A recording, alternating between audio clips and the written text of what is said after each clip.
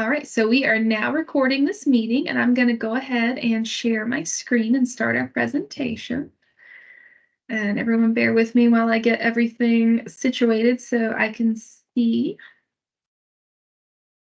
All right, can everyone see my slides? Great, okay.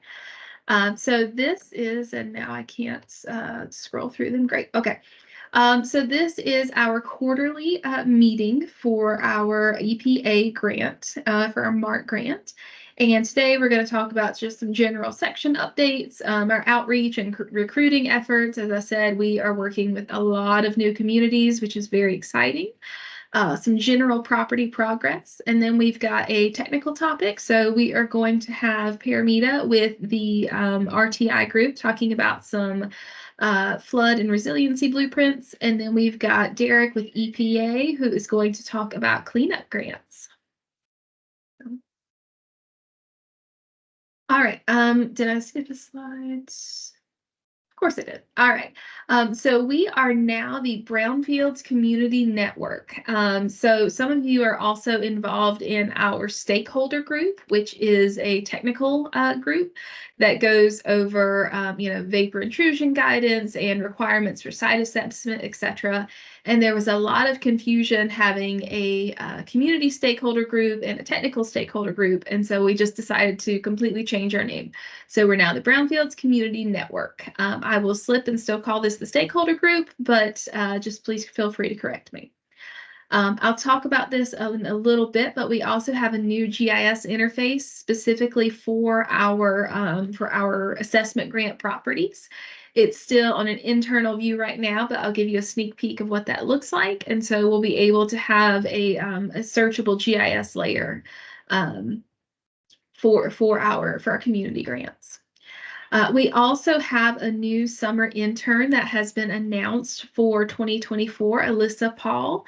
Alyssa, I'll confess I did not look at the invitees. I'm not sure if she was able to join us today or not.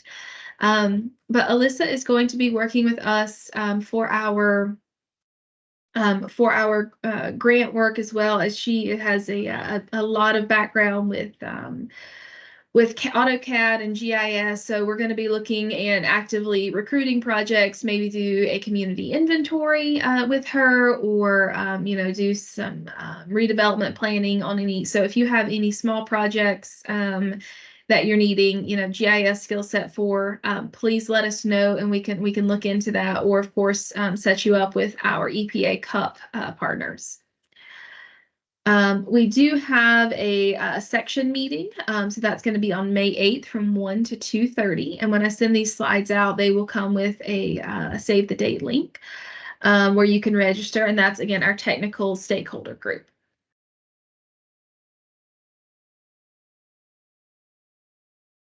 Outreach and recruiting, again, this May 8th stakeholder meeting is what I just mentioned that we will be going over. We have finalized, or by May 8th, we'll be very close to finalizing our vapor intrusion requirements. And so that'll become, it's currently a draft, it'll become a final document. This is really short notice, so I do not expect to see any of you in Durham, but if you happen to be available or already registered, please stop in and say hi, as I will be presenting. But this Thursday in Durham, NJIT, along with the Upper Coastal Plains and the Central Pines Regional Councils, will be holding an in-person Brownfields. They're calling it Unlocking Potential Summit, and that's, again, going to be in Durham at the at one of the COG locations. And so there is a link, again, to register. It's going to be from 9 to 3 o'clock this Thursday. All right, so this is our new online project viewer that I mentioned, and this basically has all of our target regions outlined. And then as we are getting projects added, this is really grainy. I'm sorry, I stole a still from from the GIS, and so it'll be prettier as we work through this and get this to be a live website that everyone can explore and view. But this is all of our projects that we're working on right now. And there's a couple more that we've just started that haven't been added yet. So very, very excited to see this. And, again, it's going to be a great resource and recruiting tool for us. Because a lot of our communities that we're starting to work with are saying, well, what's the catch? Where's this magic money coming from? So it's really great to be able to point to all the communities that we've worked with so far. And as I've warned all of our partner communities, you also get to be references and tell other communities how great or terrible the experience has been. All right, site updates. So in the past, we've gone through specifically what have we done on individual properties. And I'm really excited to announce that we just have too many properties to really take up everyone's time doing that right now. So in future quarterly meetings, we'll pick a couple to kind of spotlight, but our list is just growing exponentially, which is fantastic. It's setting us up to use a lot of our grant money rather quickly. And we're going to certainly be looking into applying for a new grant, not this year, but possibly 2025 to continue this work. So some phase ones, we have a phase one update more or less in North Wilkesboro on the Smoot Tannery site. We are now working with Alexander County. There's a school out there that'll have a phase one and a phase two done. Marion, I think we had discussed last quarter that we had a phase one done on their Ridgewood property. So that's a old furniture mill. We're getting phase two work done out there, as well as the city of Brevard is a new partner for us. We're working. City of Brevard is the city. We're also working with Land of Sky Regional Council and DOT. So we have all in all 4, government agencies working together to get a property sampled for stream restoration work. So keep in mind, you can also layer this grant with other opportunities to get work done on a site. And Land of Sky really, opened my eyes to something that, the DEQ funding. If you ask us, hey, how much have you spent of the grant money toward this site, you can use that as leveraged funds for other grants. So just bear that in mind, that we can, we keep track of everything down to the penny, Derek, I promise. And so we can, we can tell you how much money's been spent on your site. You can use that for leverage. Drexel is a new MARC assessment grant partner for us, but the Drexel site has been in DEQ Brownfields for quite some time. And that is another old furniture mill that was demolished, and the town has been, they've been great stewards trying to get this site cleaned up. They have EPA cleanup grant, and we're just doing a little bit of work out there to get them a finalized Brownfields agreement to bring in hopefully some development to their community. Other things we're working on, it's pretty exciting to kind of stray away from phase 1s and 2s.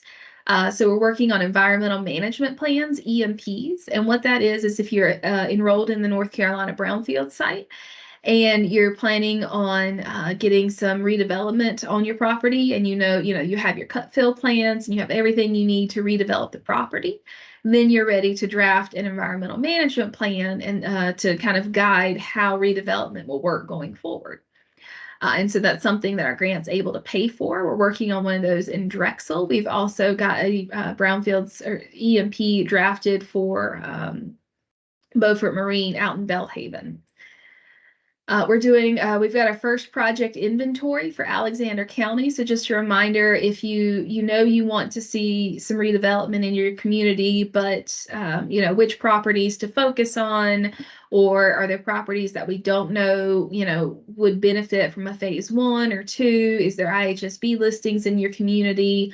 We have our grant funding can pay to have that work done in your community, to say, here's the top 5 projects that you should have environmental work looked at to see, would these be a good fit for, for further Brownfields assessment. And then, of course, we're continuing to do smokestack evaluations. So structural evaluations, I personally didn't envision being part of our assessment grant, but it's really turned into a fun project. So the Transylvania Tannery site also has a smokestack in addition to Smoot Tannery and Beaufort Marine.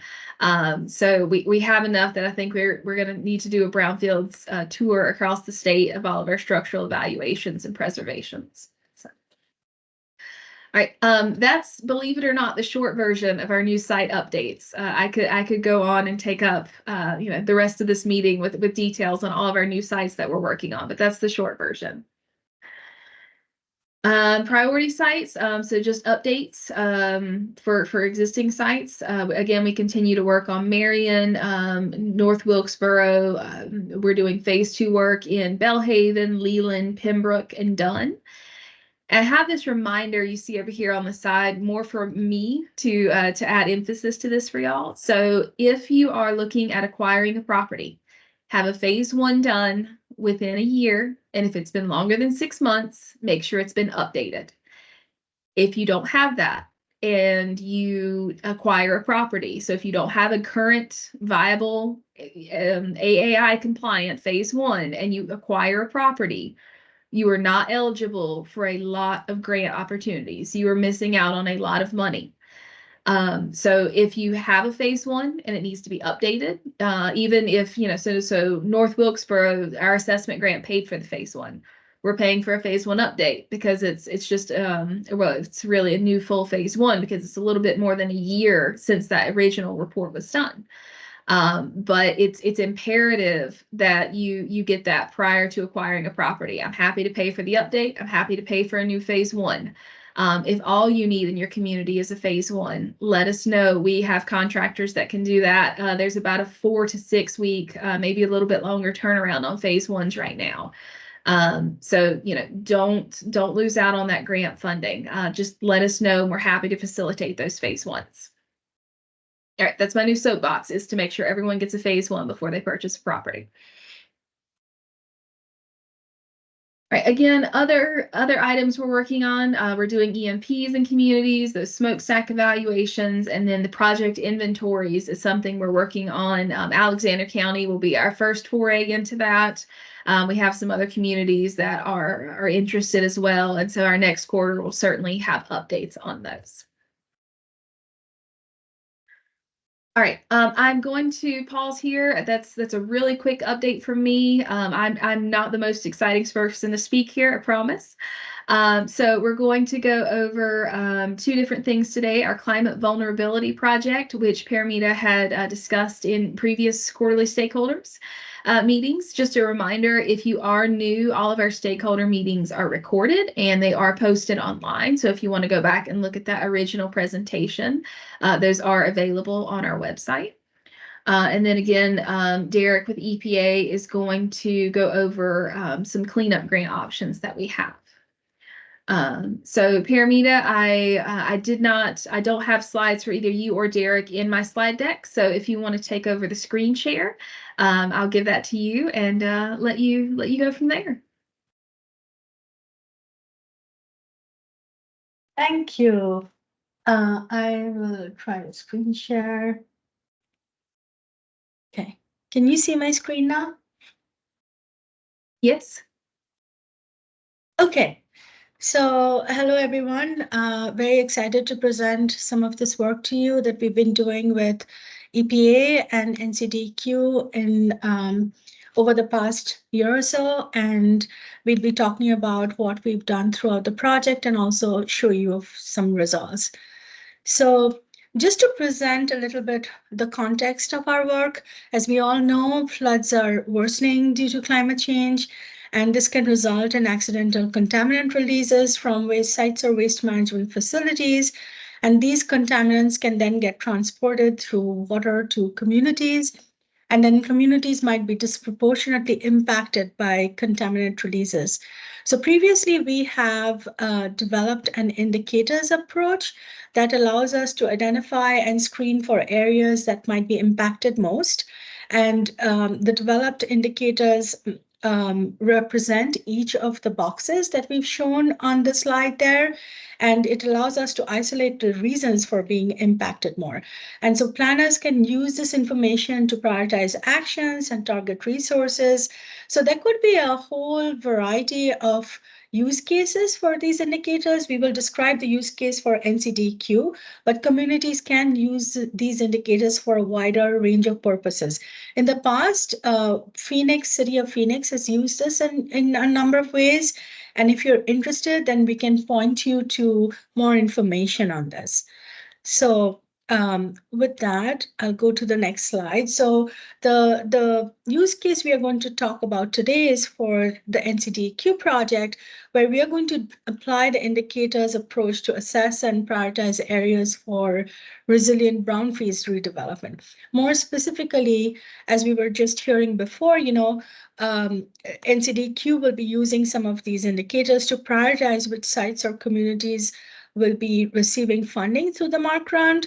And this is in addition, of course, to the survey, the community survey that NCDQ is doing. It's meant to supplement that. So the map shows the 3 MARC grant areas, but we were able to actually, originally our focus was going to be for the Lumber River Basin, but we were able to expand the scope and include all of North Carolina, which covers all of the 3 MARC grant areas. So we've been talking about an indicators approach. So we wanted to step back and just describe very briefly what is an indicator. So typically an indicator is a measure that is tied to a specific outcome. And it could represent past, present, or future environmental or societal conditions. And it's key to note that it's typically over time and space. It provides a way to track and communicate the causes and effects of climate change. And in this project, we are using it to, as we described before, screen for vulnerable areas and sources of vulnerabilities due to these intersecting impacts of climate change and contaminated sites on disadvantaged communities. And that's what we are going to talk about next. So this is a list of the indicators that we have developed. Again, you can see 4 boxes there to represent each of the sites, each of the boxes we showed on the first slide. And we chose indicators from each of these to represent each of these boxes so that we are able to do a comprehensive assessment. So how did we select these indicators? We started with an initial list that we've developed in prior work, and we selected these indicators through a series of engagements with NCDQ. We also incorporated inputs from Lumber River COG. We had originally, the nice thing I'd like to mention is we had originally planned for 10 indicators, but we were able to actually double that and include additional indicators that were on the NCDQ and Lumber River COG wish list. And so what we are showing on the slide is the list, the set of indicators for each of those boxes. So just to give you a quick preview of what the results look like, and I know that this is a lot to digest, so please feel free to stop me if you have questions, or I'm happy to have discussions later on. But we wanted to show you some maps, and it's hard to see the numbers, I understand, on the slides. But if you look at the colors on the left-hand side, we are showing a map that shows, heavy precipitation events during historical time periods. And on the right, we are showing the same indicator for future projected scenarios. And so what we are able to tell from the map is where would you see heavy precipitation events and how much, and how do these events change in the future. So if you compare the left side with the right side, you can see that, on the right side, you see a lot more of the bright dark purple. So a lot more of the state, almost all of it, is projected to have heavy precipitation going into the future. And especially if you overlay it with the sites which are shown by the black dots on the map. Again, they're a little bit hard to see because they're so small on the slide, but hopefully you can still see the pattern, the general pattern there. And what you can see is that there were areas in if you look at the historical time periods, there are areas where there are a lot of sites, but there wasn't as much heavy precipitation, but that is projected to change in the future. So really doing this kind of an overlay helps you see that where are the the heavy precipitation projections, where do those coincide with the sites? And therefore, those are areas that may see higher impacts in the future. And so we want to consider them for further analysis or target resources appropriately. So this is a surrogate for flood measures, and we have other measures as well that we've developed. But in the interest of time, we wanted to limit it to just this indicator. So then the next slide. So this one shows, well, what would you miss if you look at just where sites are located, as opposed to seeing where could the contaminants flow to. So the map on the left-hand side shows the simple total count of sites and waste facilities by census block group in North Carolina. So the dark green shows a higher count of sites in each block group. And what you can see is on the right-hand side is what is the count of sites and facilities which are within 1 kilometer upstream.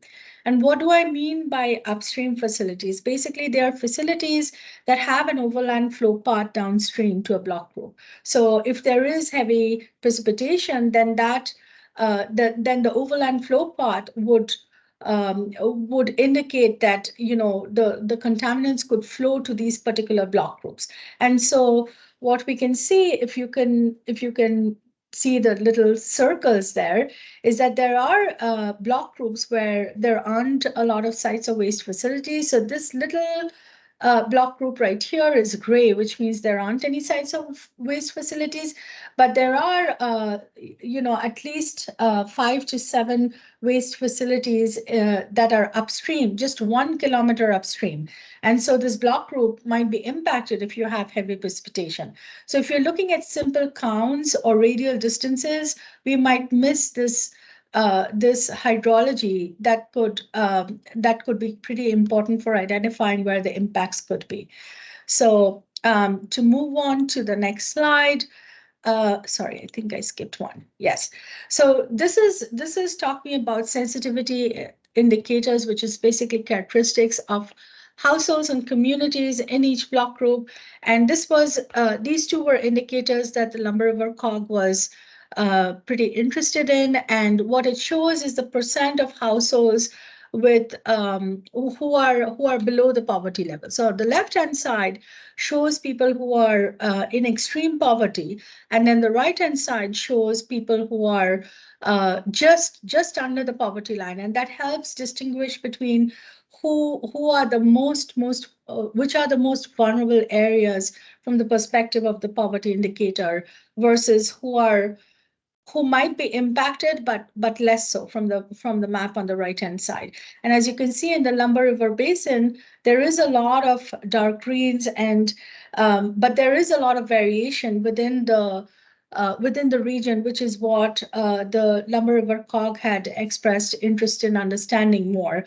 And they weren't particularly interested in median household income as a measure of how well off the block group was, because they felt that this was pretty uniform across the region. And so the poverty measure would give them a better idea of where to focus resources. And that's really borne out by the data that we saw over here, which was great to see.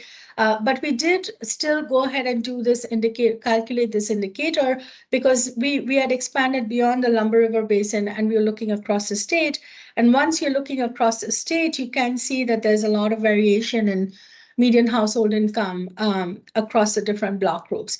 And so that was just a quick preview of the slides. And again, I realize that I'm throwing a lot at you, but in the interest of time, we wanted to show you the breadth and depth of what we have developed, and we're happy to answer any questions or talk about this on future calls or share other materials with you.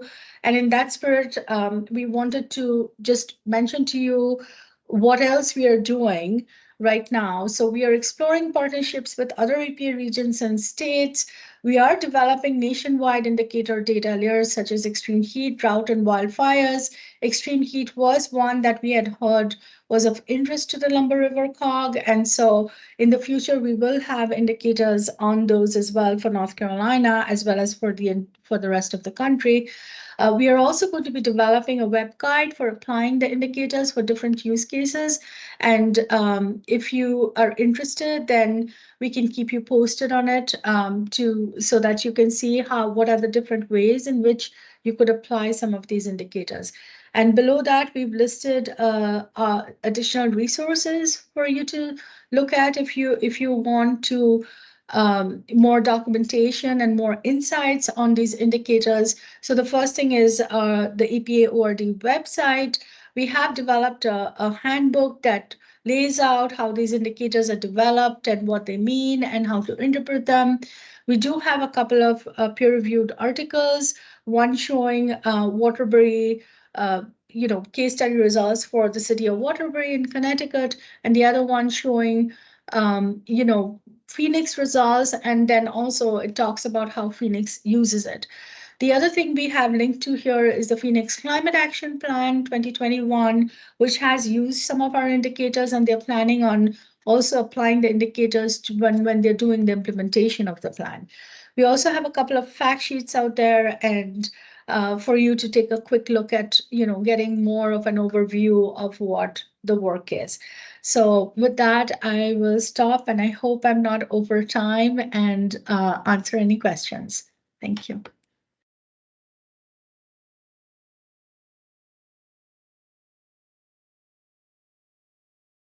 It's fantastic. Thank you, Paramita. So those slides will be, can you send those to me and I will add them in and share with everyone? Fantastic. Sure. Happy to do Right. that. And if anyone has any questions now, or we'll have time for questions at the end as well, but feel free.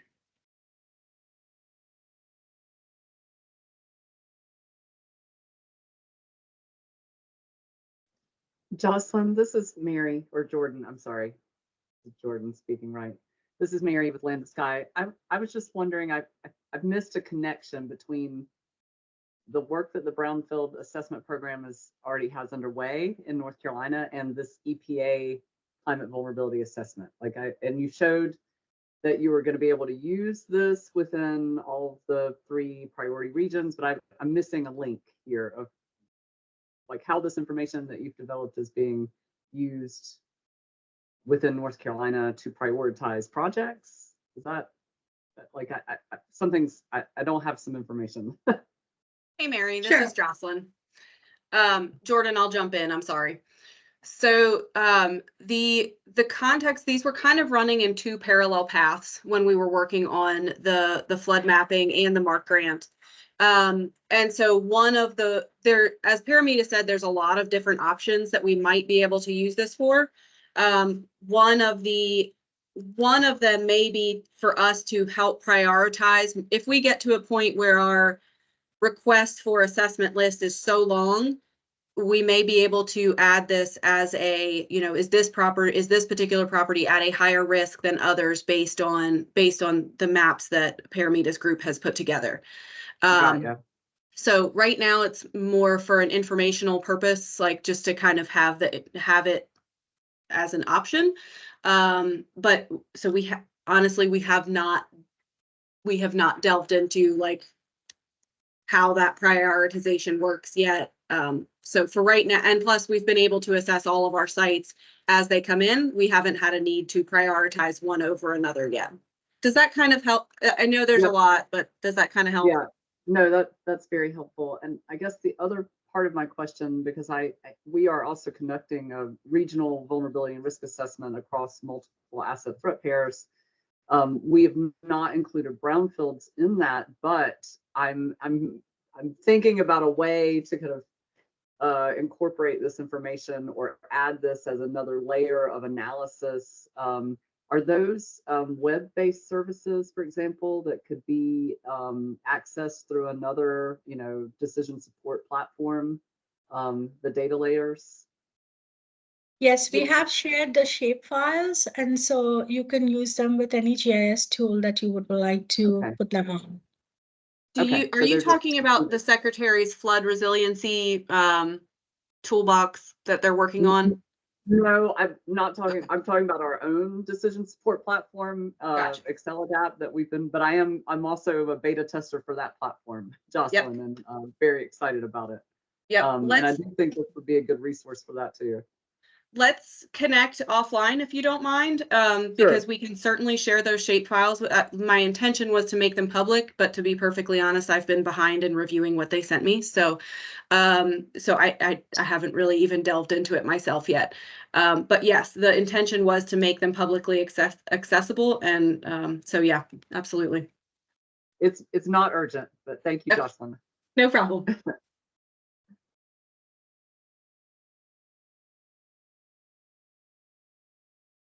That is very exciting to hear for us. And we'd love to hear about how we are going to be using it and how it could complement what you're already doing. That would be a big help to us when we are developing the web guide for use cases. So we can provide examples with how you're using it, and that could help other communities as well in thinking about how they could use it. So Great. we would love to hear about that. I'll make sure to provide that feedback. Thank you. Excellent. Thanks, Mary. All right, any more questions for Paramita?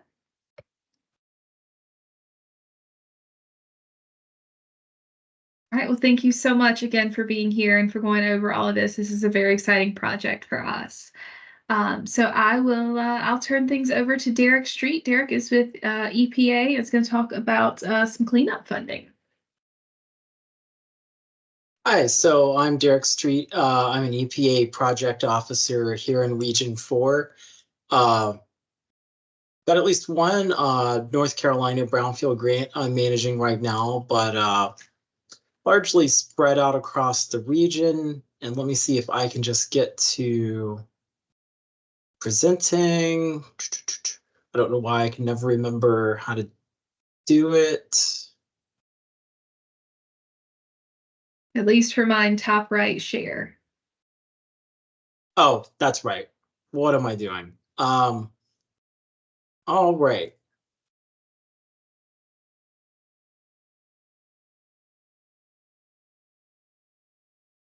So I wanted to come up with a catchy title for people, because then I feel like it usually helps presentations stick in your mind. So I decided to go with Dirty Work, Clean Money, EPA cleanup grants, and then at the very end, I'm going to touch on the targeted brownfield assessments just a little bit, but that's a little simpler than the cleanup grant process. Cleanup grants obviously provide you funding to carry out cleanup activities at one or more brownfield sites. So if you're thinking about doing a cleanup grant, you can actually have multiple sites within one proposal. You just can't submit multiple cleanup proposals for multiple sites. The other hurdle is at the time you apply, you must actually own the site as well.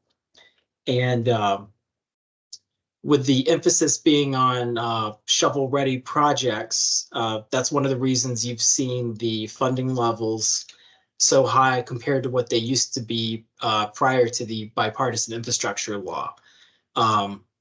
Also because of that, there are no cost share on these cleanup grants, unlike the pre-bill ones used to be. And I've got to caveat this with what I'm going to tell you about is based on the FY24 applications, and it is subject to change in the fall when the FY25 notifications and guidelines are published. So just make sure you pay careful attention to those guidelines and that you understand specifically what is being asked for. But in this most recent cycle, it was 3 tiers, and it was like that the previous year too, except this year it was up to $500,000, up to $2 million, and then they raised it all the way up to $5 million, which is a pretty substantial cleanup. And as you can imagine, there's more of the $500,000 awards, less than $2 million, and then least of all, that $5 million pot. And these projects are for 4 years for you to complete the cleanup. I think everybody on this call, and by the nature of it, is probably somewhat familiar with what a brownfield is.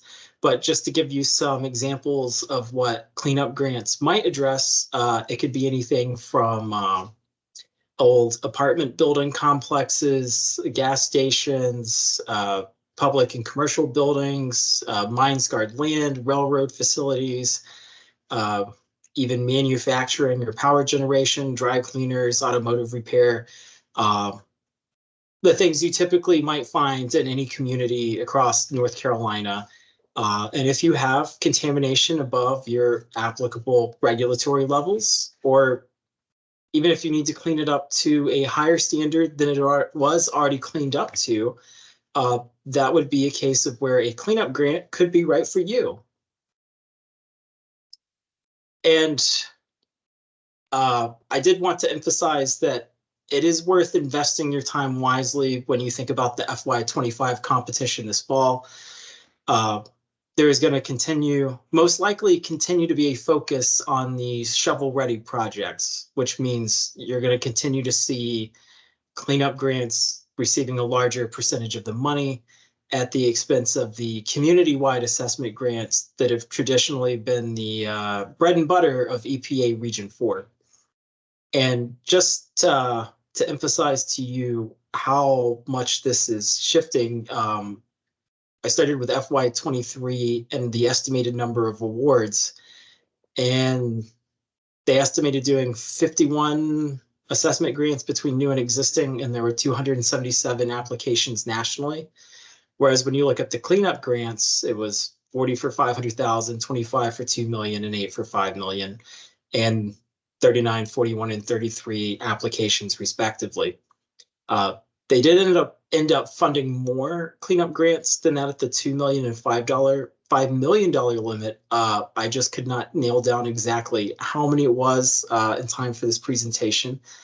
And again, you're going to see there are similar numbers estimated for FY24, and pretty soon I will be able to update this with how many we actually received for FY24. So going for the larger awards is going to limit your competition versus the traditional assessment grants.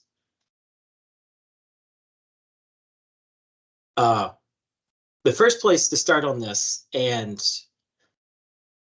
because I'm somewhat constrained on time and trying to present all of this, I'm hitting the high points and the typical stumbling blocks grantees or applicants run into when they apply for cleanup grants. And so it's largely the same as with any of our other grants. You're eligible if you're a local government or a quasi-governmental entity, a regional council or a COG, you're an agency chartered by the state, you are the state even, or if you're a tribe. And then we also accept 501c3s and some 45D-C1s. And the definition of a nonprofit is very specific in the Code of Federal Regulations for cleanup grants.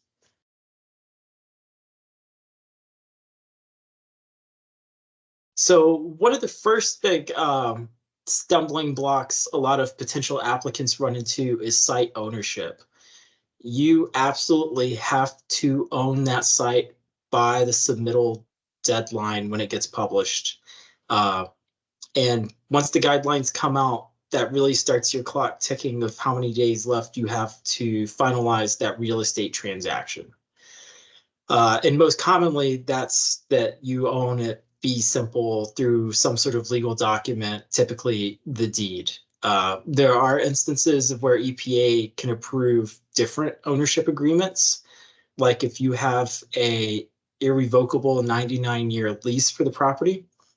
But if you have questions about site ownership and you have an uncommon ownership interest in a property, I would encourage you to start talking to EPA now to understand whether that ownership arrangement is something that would be eligible and be approved by EPA, or if it would not be eligible.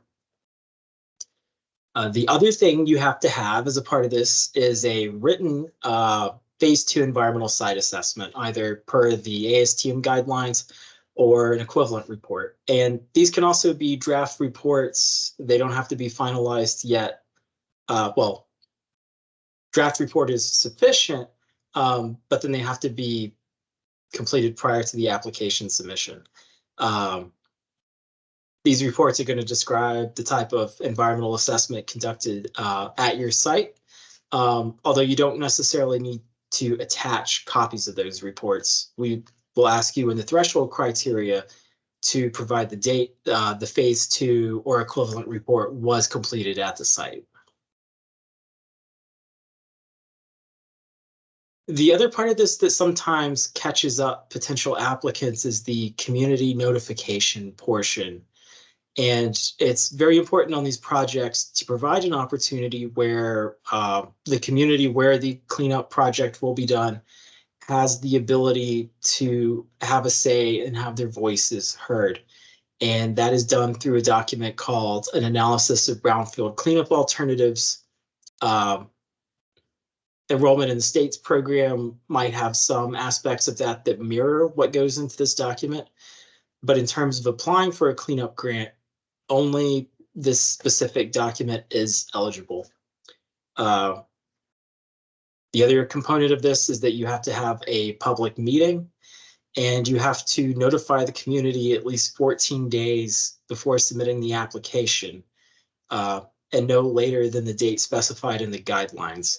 So if the grant competition was to close on November 10th, for example, you couldn't notify the community on November 5th that you're planning to do this, or your application would fail threshold. And you're going to need to attach things like your notice you published for the community as well, and incorporate their comments into your cleanup decisions. Typically in the ads, you're going to have to put in a specific date, time, and location for the meeting for the community to come and have their voice heard, and where the community can read the application you're planning to submit and the draft analysis of brownfield cleanup alternatives, and how you will accept comments from the public. And you can do these in a variety of ways. It could be in person, it could be virtual, it could be teleconference, but it has to be after the ad is published and before you submit your cleanup grant application. I'm saving one of the more complicated portions of this for later. This is the other big stumbling block for communities in terms of CERCLA liability and petroleum liability. And so it depends on what type of contamination you have at your site. If it's a hazardous site, you have to have a defense to CERCLA liability. And those generally fall into 3 categories. 1, that you are exempt from CERCLA. 2, that it was publicly owned prior to January 11th, 2002, or you have a landowner liability defense. Exemptions to CERCLA liability are for when local and state governments acquire property involuntarily. So if it's seized in connection with a law enforcement activity or bankruptcy or tax delinquency, or it's simply abandoned, so the town, county, or land bank or the state ends up taking ownership of it, they are exempt from any CERCLA liability associated with that property. So it's important to ask when we review these, how and when was the property acquired? During your time of ownership of the property, if you acquired it in one of these ways, did you cause or contribute to the contamination? Or did you, as the applicant, arrange for the disposal or transportation of contamination that's at the site? So the other one is that publicly owned brownfield sites acquired prior to January 11th, 2002 are exempt. And this is another case of it only applies to state or local governments. just like the previous example. So if it's owned by a nonprofit, these two defenses do not work. So in this case, even if you as the owner would not qualify as a bona fide prospective purchaser, which would mean you did your all appropriate inquiry, typically a phase 1 environmental site assessment within 180 days of acquiring the property, you would not be considered liable, provided you didn't cause or contribute to the contamination of the site, and you didn't arrange for the disposal or transportation of contamination at the site. The last one is the most common route applicants take, and this is the only one that would work for a nonprofit, is that you assert that you are a bona fide prospective purchaser. And this would apply for properties acquired after January 11th, 2002, when these regulations came into effect. And as I mentioned, that generally means that you did your all appropriate inquiry prior to taking ownership, whether you bought it for the purchase price or you accepted it as a gift or a bequest. You followed what was required in the Code of Federal Regulations and the ASTM standard, if that's how you did it at the time for your phase 1 environmental site assessment. And in doing so, that gives you a liability shield under CERCLA for hazardous substances. And then again, we ask ourselves the same questions we've gone through in the other two scenarios. What sort of environmental due diligence did you perform before acquiring it? Or did you dispose or transport contamination?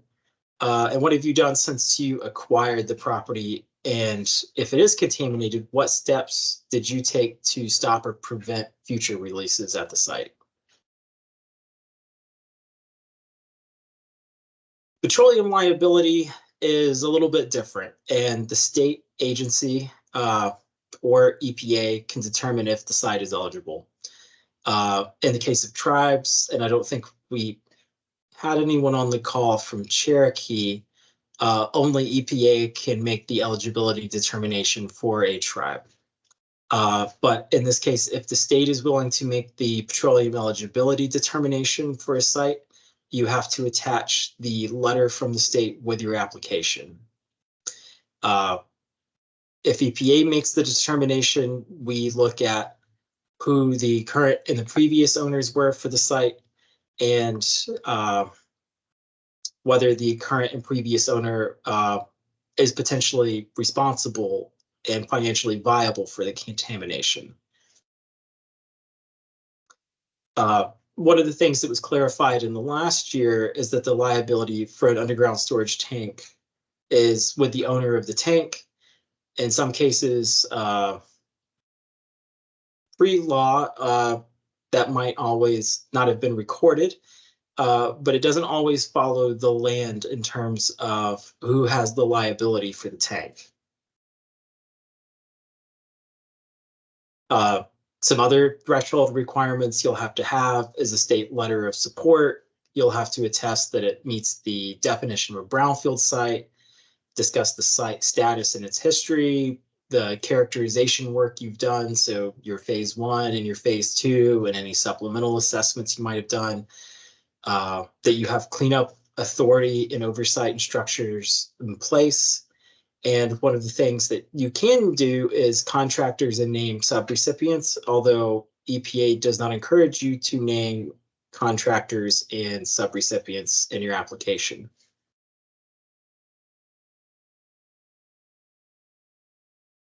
In helping you get to a cleanup grant, because one of the things you have to do is have that phase 1 environmental site assessment prior to ownership, that phase 2 and that APCA, whether it's a finalized one or draft, is it sounds like the state of North Carolina can help you with some of these items.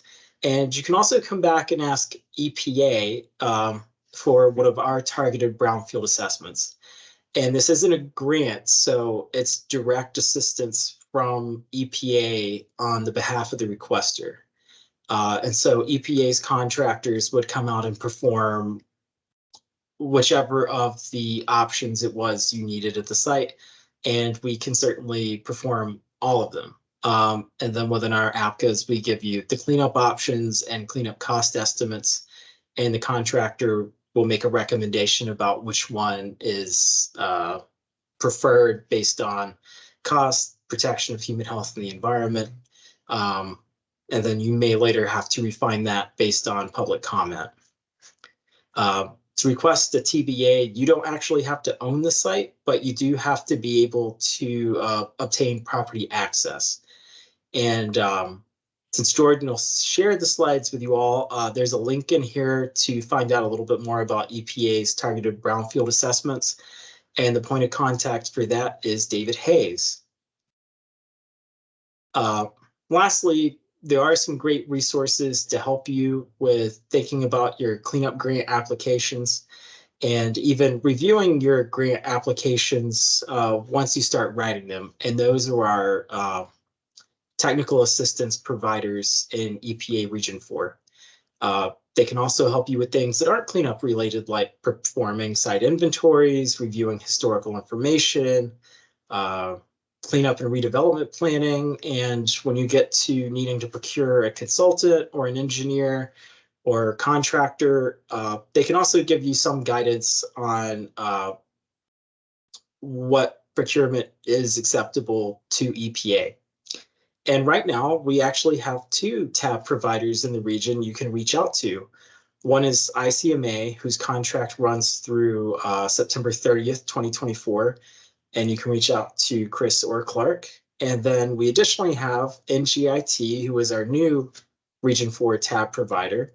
And they can be contacted mainly through Colette. And I've included her email on there if you want to reach out to her as well.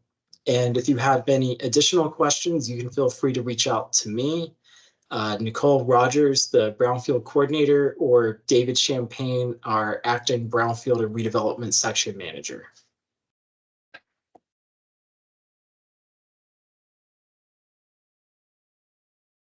Anyone have any questions? Hi, Derek. Yes. My name is Karen Martin. I'm also from NJIT TAB. Oh. Hey, I just wanted to say happy to be here. We're so happy to support Region 4. In addition to reaching out to Colette, we also have a general email that's tab@njit.edu. And again, that's kind of like our hotline. So if anybody emails us there, then any one of our staff members can help you at any time. So please do reach out.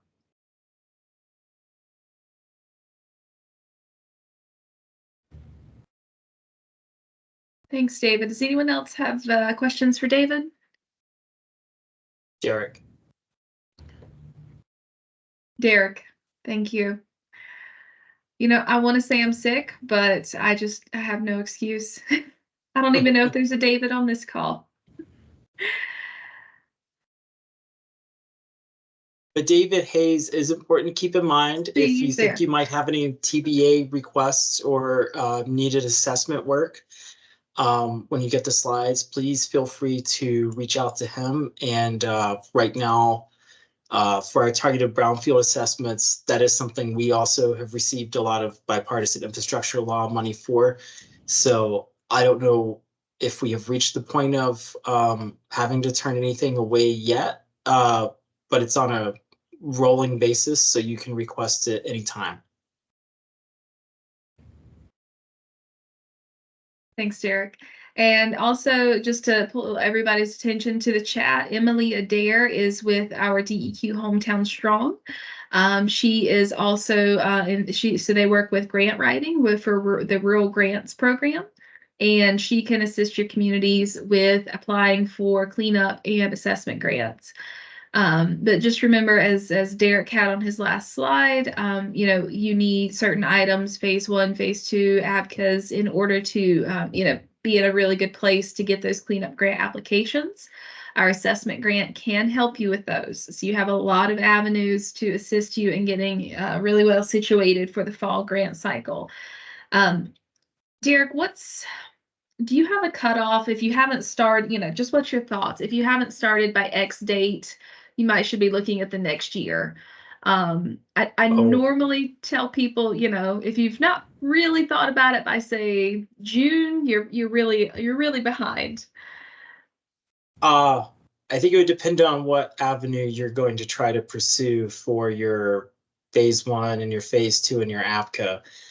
I have seen some people who have current assessment grants really crank those out to make sure they were eligible by the deadline, and they might not have even started until September. I would not advise anybody to wait that long. The sooner you can get started, the better. So you've got more time to work on your response versus trying to crunch data from a phase 1 and a phase 2 and an APCA. Just at that point, you really should just be focused on your writing and your community engagement portion. All right. Thanks. And Jesse, I see you have your hand up.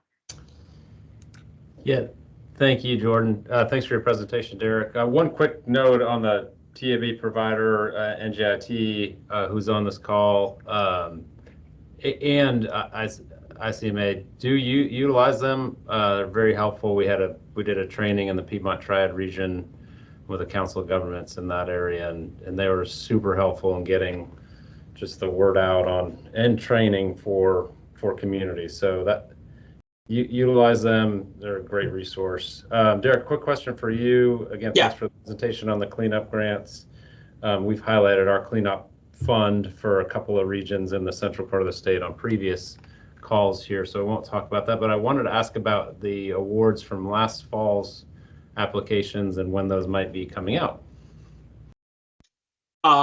We anticipate the announcement will be sometime in mid-May.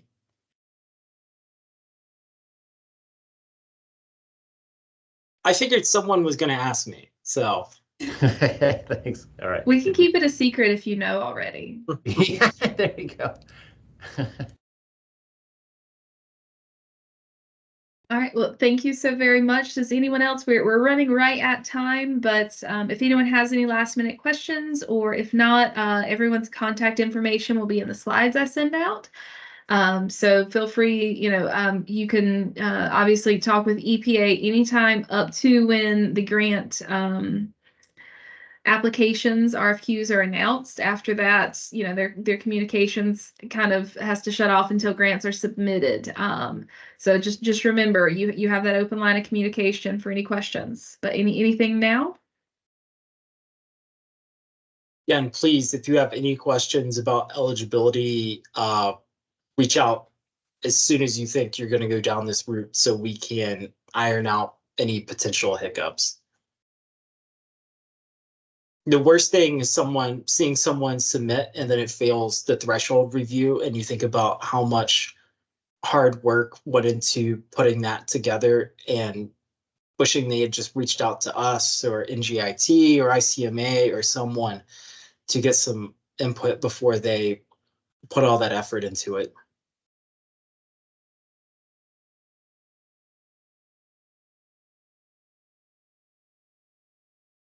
All right, well, let me go ahead and stop the recording.